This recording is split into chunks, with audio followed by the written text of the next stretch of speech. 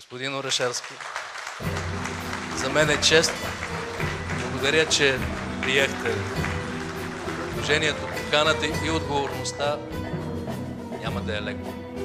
Дойдохте в условията на предсрочно прекратен мандат. Представяхте се за герои.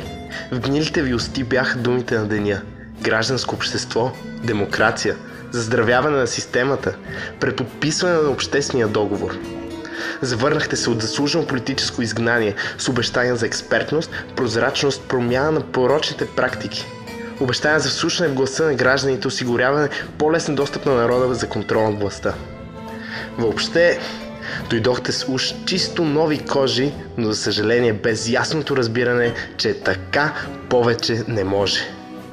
Какво направихте за една година?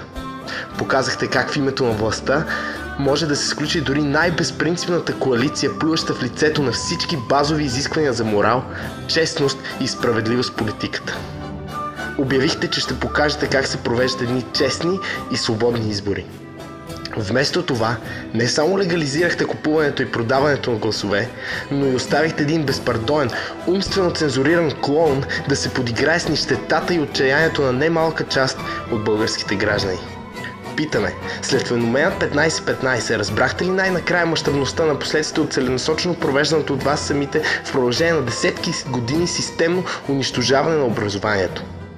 В предизборната си кампания обещахте да върнете доверието в институциите и да изкорените тоталитарните маниери на своите предшественици.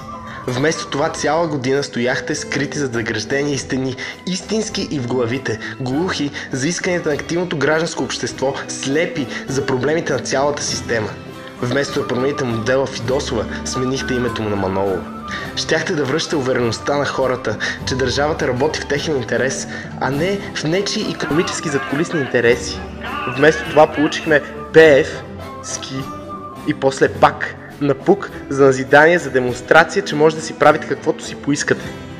Подписахте договори без публичност, превърнахте законите в прислужници на отделни индивиди и определени интереси, приемахте ги без обещаваното широко обществено съгласие, без специалисти, експерти, представители на академичната общност, без дори обективна нужда.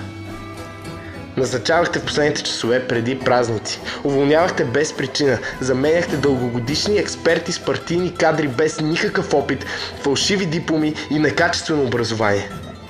Вместо да стабилизирате държавността, оглозгахте институциите. Предизборно говорехте как трябва да спре полицейщината и злоупотребата с МВР, службите и всички институции за интересите на една политическа сила. Как не може сградата на Народното събрание да стои опасна от заграждения.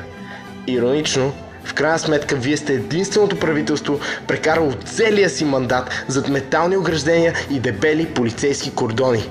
Позволихте си да изправите хиляди полицейски части срещу гражданите на държавата, срещу суверена. При това не веднъж. После дойдоха и абсурдните и опасни за демокрацията изменения именно в закона за МВР. Бягайки от реалността, се скрихте зад ограждения на фасадната демокрация. Създадохте контрапротести, изправихте платени поддръжници срещу справедливия гняв от неправдата. Умърсихте националните празници, обвихте ги в лицемерие и метални прегради. Създадохте контрапразници. Разцепихте обществеността, търсейки единствено собственото си оцеляване. Профанизирахте говоренето в публичната среда, свеждайки го до унижаващо за институциите, които представлявате ниво. Не признаваме вие да говорите за Негово Величество суверена, когато най-показателният пример за уважението ви към него е реноминацията на Делян Пеевски за нова публична длъжност. Когато цяла година игнорирате справедливия граждански гняв срещу прогнилата политическа система. Не е морално, не е етично, позорно е и ние не го приемаме.